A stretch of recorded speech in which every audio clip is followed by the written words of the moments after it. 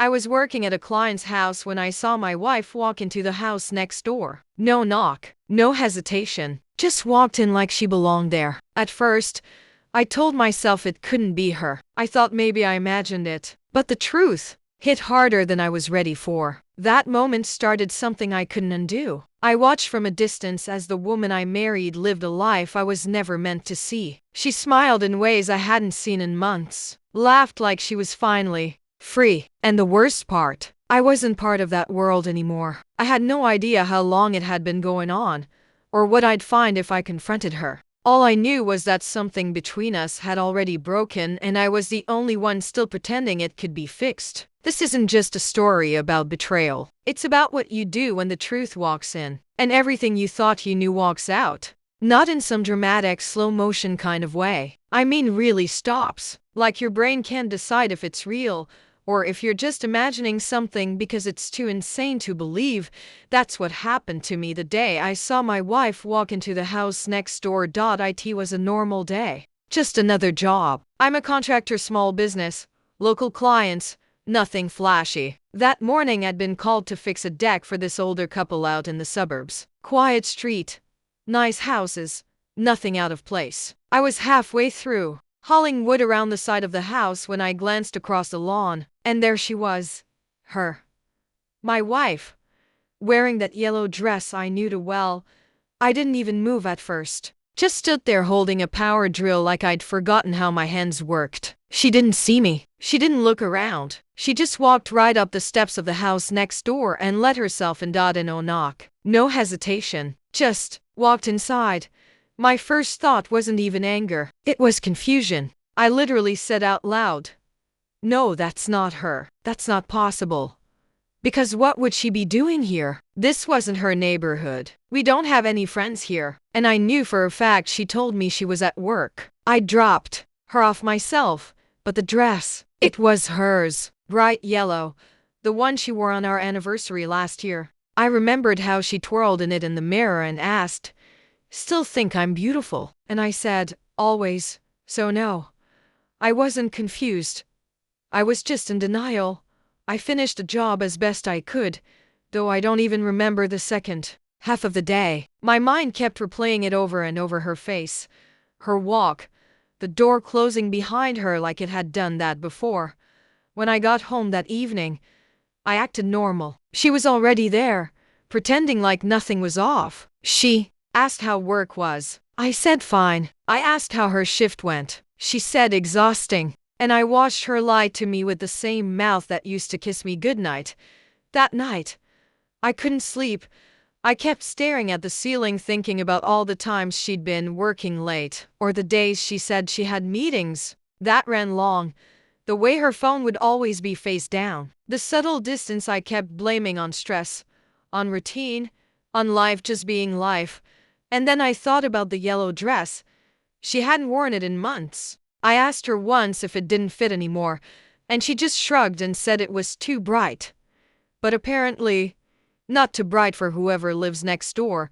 The next morning, I left early. I didn't tell her where I was going. I just said I had a job to finish up. And I drove back to that same street, parked a little further down, and waited. I watched the house. The same one she walked into. At 9:47 a.m., she arrived. Same yellow dress. Same calm walk. Same key in the door. And I realized then, this wasn't new. She'd been doing this for weeks, maybe longer, and I had no idea.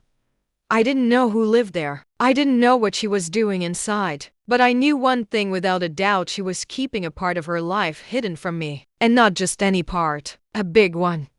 I felt sick. My hands were sweating. My chest was tight.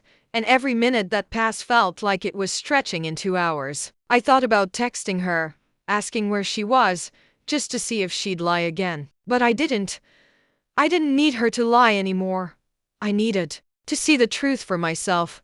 The worst part was how normal it all looked. The street, the flowers in the yard, the mailman walking by, like the world just keeps turning, even when your entire life is hanging by a thread. I waited for over an hour. She didn't come out. And in that time, I imagined 100 scenarios. None of them good. I didn't know what was behind that door, but it already felt like it had stolen something from me. Not just trust, something deeper. That's the thing about betrayal. It doesn't hit you like a slap. It seeps in slow, quiet, like a leak in your roof you don't notice until everything's soaked.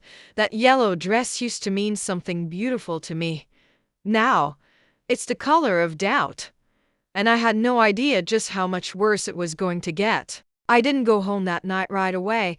I sat in my truck a few blocks from that house, just thinking, or trying to. But it felt like my mind was spinning in circles, looping the same question over and over. Why? Why would she do this? What was in that house? And who? I wasn't ready to confront her. Not yet. I didn't even know what I'd be confronting her about. I didn't have proof. Just a glimpse, a dress, a door, my own gut turning inside out. And that wasn't enough, right? Not to throw away years of marriage. Not to blow up a life we built together. Not yet. So the next day, I went back. I told my client I needed more time on the deck job. Made up some excuse about ordering the wrong wood. He was easygoing. Said take my time. And I did, but not on the deck. I parked near the same corner. Same view of that same quiet house. Everything looked so normal. A white picket fence, potted plants on the porch, a wind chime swinging softly in the breeze. And then at 9:43, she pulled up. This time, she was wearing something else. Casual jeans, a hoodie, nothing that screamed anything suspicious. But I knew, I could tell by how easily she moved. Like she belonged there, like it wasn't the first time. She walked up the path like she had a routine, and when she opened the gate, I noticed it wasn't locked. That detail stuck with me. I don't know why. Maybe because locked gates are for strangers, and she wasn't a stranger here. I waited until she was inside. Then I got out of my truck and slowly walked around the back of the property, keeping to the tree line, quiet, trying not to think about how crazy this was. I wasn't a stalker. I wasn't someone who spied on his wife. At least, I never thought I would be. But love makes you blind. And betrayal? That makes you desperate. I found a spot where the back fence was low enough to peek over. That's when I saw it through a narrow gap in the curtains. She was in the kitchen, smiling, pouring coffee, laughing. And then he walked in, some guy, mid-30s maybe, dressed like he was heading to work, button-up shirt, slacks, clean-shaven. He kissed her on the cheek. She leaned into it. And I swear, for a second, I forgot how to breathe. I stepped back from the fence like I'd just been punched in the stomach. My ears were ringing. My chest felt tight. I didn't know if I wanted to scream, or cry, or throw something through a window. This wasn't a misunderstanding. This was something else. Something real. Something intentional. I thought about barging in, about throwing the door open and making a scene, about demanding answers. But I didn't. I couldn't, because I wasn't ready to hear them. Instead, I just stood there, hands clenched, staring at that house like it had swallowed everything good in my life. I stayed for maybe another 15 minutes. I watched them sit at the table. They talked. They laughed. And not once did she check her phone. Not once did she act like she was doing anything wrong. Like I didn't exist. When I finally drove home, I felt numb. I couldn't think straight. I couldn't feel anything but this hollow ache in my chest, like something had been scooped out of me and replaced with silence. She was already home when I walked in, standing at the sink, humming to herself. She turned and smiled at me. "Hey babe, you hungry?" I stared at her for a long time before I answered. Not because I didn't know what to say, but because I suddenly realized I didn't know who I was looking at. She looked like my wife. She sounded like my wife, but the woman who laughed with another man over coffee in a house she didn't tell me about, that wasn't my wife, or maybe it was. And I just never really seen it before. I said, "No, I'm good, just tired." She nodded, kissed me on the cheek, and went back to whatever she was doing like nothing had changed, but everything had. The worst part, she still had no idea I knew, and I still didn't know what hurt more, what she was doing behind my back, or how easily she could pretend nothing was wrong. That night, I stood outside for a long time, staring at the stars, listening to the wind move through the trees, wondering how long I'd been living in the shadow of something I thought was love, because once you see the truth behind the fence, you can't unsee it. I used to think I knew her smile. I mean, really knew it. The kind of knowing that comes from years of waking up next to someone, from memorizing the little things, how one side curls a little higher, how her eyes squint just enough, how her dimple shows only when she's not forcing it. That smile used to be mine, or at least, I thought it was. But that day behind the fence proved something I wasn't ready to accept. Her smile wasn't for me anymore. I couldn't stop thinking about it. The way she looked at him, not just with comfort but with joy. Real joy. Like she was home. Like he was the one she wanted to pour coffee for in the morning. The one she couldn't wait to see. And it ate at me. I went back the next day. I didn't want to, I needed to. Because I kept telling myself maybe it was a mistake. Maybe I saw it wrong. Maybe that wasn't what it looked like. But it was. I watched them from the same spot. I stayed hidden, careful. And it was the same scene again. Her in that kitchen, laughing, smiling, reaching across the table to touch his hand. And him? He looked at her like she was his whole world. And I realized something that made my stomach turn. They weren't having an affair. They were in a relationship. It wasn't secret glances or stolen kisses in a car. It was real, normal, comfortable. The way couples are when they've been together long enough to stop performing and just exist. And that crushed me more than anything. Because affairs and secrets get exposed. But love like that settles in quietly. That roots itself deep. That doesn't just go away. I drove around for hours after that. No destination. Just trying to make sense of how this happened. How I missed it. How I let the woman I married slowly slip into someone else's arms without even realizing it. I kept going back to the beginning. To when things first started feeling off. The missed calls. The changed passwords. The way she stopped asking about my day. How she'd smile at strangers but barely make eye contact with me across the dinner table. I ignored it. Thought it was stress. Work. Life. But maybe I just didn't want to see the truth. Because once you see it, you can't go back. And part of me still wanted to. That night at home, she brought me a cup of tea. Rough day? She asked, sitting next to me. I looked at her, this woman I built a life with. And for a second, I wanted to scream. I wanted to ask her why. I wanted to demand the truth. I wanted to break every lie wide open. But all I said was, yeah, just tired. She nodded, leaned her head on my shoulder, and sipped her tea, and I sat there frozen, because in that moment, I realized she was already gone. Her body was there, her voice, her presence. But whatever bound us together, whatever made her look at me like I was her person, that was gone, replaced by a smile she gave someone else.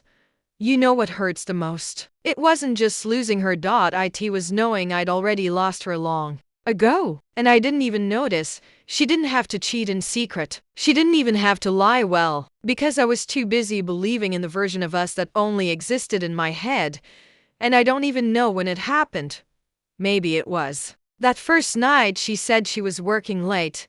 And I didn't question it. Maybe it was when I stopped asking how she felt, assuming we were just good like always. Maybe it was the day I started calling silence comfort instead of a warning sign. Whatever it was, I missed it. I missed the cracks forming beneath us. And now I was standing in the wreckage wondering how the hell I didn't hear it all falling apart.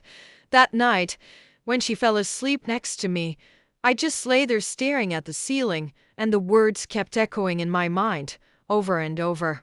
Her smile wasn't for me anymore. And maybe it hadn't been for a long time. There comes a point where silence isn't strength anymore. It's just fear in disguise. I'd spend days pretending I didn't know. Pretending her smile still meant something. Pretending the house next door wasn't a symbol of everything falling apart. But deep down, I knew I couldn't live in that space forever. Something had to break. And it did. The morning it happened, she left like usual. Same jacket, same bag, same excuse. I'll be late today. Big meeting. I nodded, kissed her cheek, told her, be safe. and watched her walk out the door like she hadn't been doing the same lie on loop for weeks. 10 minutes later, I followed. This time, I didn't park down the street. I pulled into the driveway across from that house. I sat there and watched her step through the gate. No hesitation. Like it was hers. Like she belonged more there than she did with me. And that was it. I got out of the truck. I walked up the steps, and for the first time, I knocked. It was the most surreal thing, standing on a stranger's porch, waiting to come face to face with a truth I didn't want, but couldn't avoid any longer. And when the door opened, it wasn't her who answered. It was him. The man I'd seen through the window. Same guy. Clean cut, calm. Like nothing could surprise him. He looked at me with this slight confusion. Like maybe he recognized me but wasn't sure from where. And I just said, "Is she here?" He blinked, then stepped aside. And there she was, in the hallway, holding a coffee mug, frozen. Her face lost all color the second she saw me.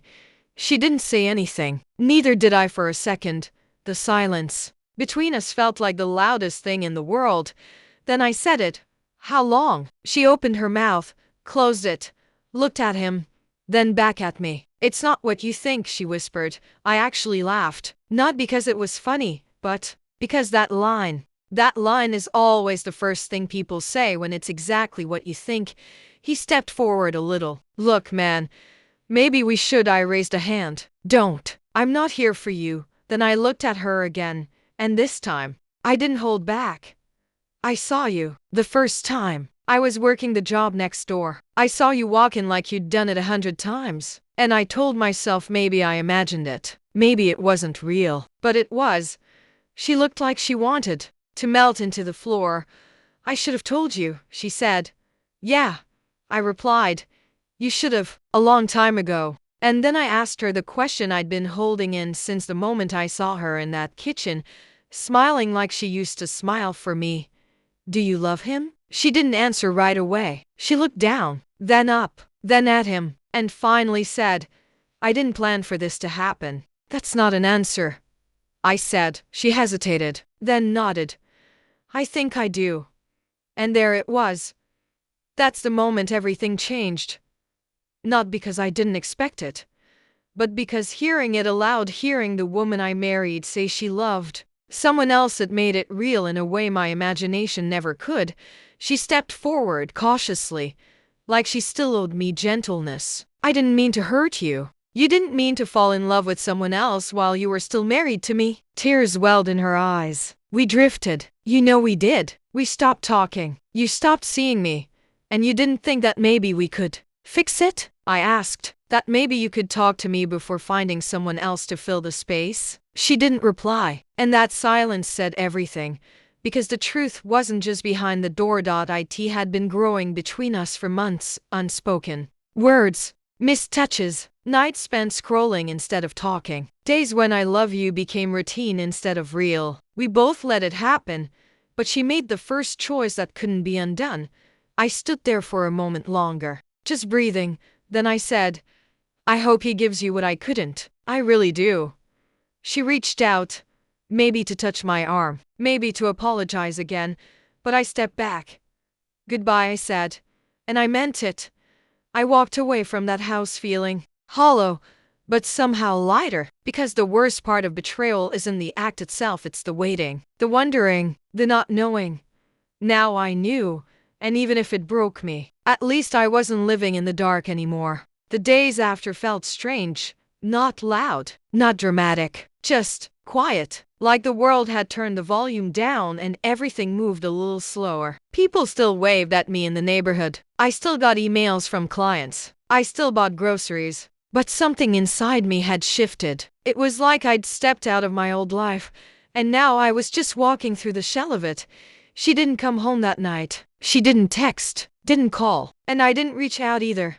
What would I have even said? We'd said everything that mattered at that front door. Or maybe we said nothing at all, and that's why it hurt so much. But the silence between us now wasn't confusion. It was clarity. There was no fixing this. No way to unknow what had been said, what had been done. A few days later, she came by to pack a bag. She didn't ask to talk. I didn't offer. She moved around like a stranger in our house. I watched her from the hallway, stuffing clothes into a duffel bag we once used on vacations.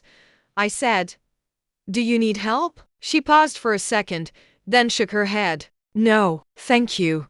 There was no anger in her voice, no bitterness, just finality. Before she left, she turned back and said, "You were good to me, even when I wasn't good to you, and I didn't know what to do with that." I nodded, but I didn't reply, because hearing her say it only made the weight of it all heavier. I didn't need her validation. I didn't want her guilt. I just wanted peace, some kind of understanding of what I was supposed to do now. That first night alone in the house was brutal. I sat on the couch for hours, just staring at the spot where she used to leave her keys. The way the silence filled the room was almost suffocating. I kept expecting to hear her laugh from the kitchen or her footsteps upstairs, but nothing came, just silence. And I had to sit with it, with all of it. The anger, the heartbreak, the betrayal, and the part that no one likes to admit, the sadness that comes from realizing the person you loved doesn't love you the same anymore.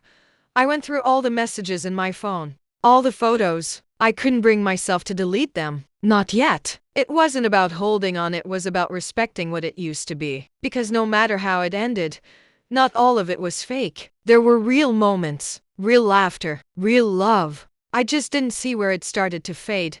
You spend years building a life with someone, and then in one moment, it can all fall apart. But what people don't tell you is that sometimes it doesn't fall apart all at once. Sometimes it crumbles slowly, quietly, so slowly, in fact, that you don't even notice the cracks until it's already collapsed. In the weeks that followed, people started asking questions. Some friends reached out. A few said they were so sorry without knowing what they were sorry for. Others didn't say anything at all, and maybe that was better. The hardest part was explaining it to myself. I kept going over the same questions. Was I not enough? Did I miss the signs? Was there a moment I could have stopped all of this? But deep down, I knew the truth. Sometimes love just ends, not because someone was evil or cruel, but because people change, needs change. And sometimes someone stops choosing you and starts choosing someone else. That doesn't make it right. It doesn't make it okay. But it makes it real. And that's what I had to accept. Eventually, I packed away her things. I folded the yellow dress and placed it in a box I couldn't open again. I changed the sheets, rearranged the living room, not because I wanted to erase her, but because I needed to reclaim the space. My space. I started going for long walks, talking less, listening more. I stopped trying to fill the silence and just let it teach me something. And I learned this. What comes after broken vows is you. Just you. Your healing, your grief, your growth. It's not a clean process. It's messy. It's slow. And some days, it hurts more than it did the day it happened. But eventually, it hurts less. Not because the pain disappears, but because you start to rebuild around it. I don't know where she is now. I don't know what their life looks like. And to be honest, I've stopped wondering, because this story isn't about her anymore. It's about what I do next, who I become now, what I learned from everything I lost. So if you've ever been where I was standing at the edge of something that used to feel safe, staring into the wreckage of trust and love, I want you to know this. You will survive. You will feel again. You will love again. But this time, you'll be wiser, because sometimes the hardest goodbye becomes the beginning of who you were always meant to be.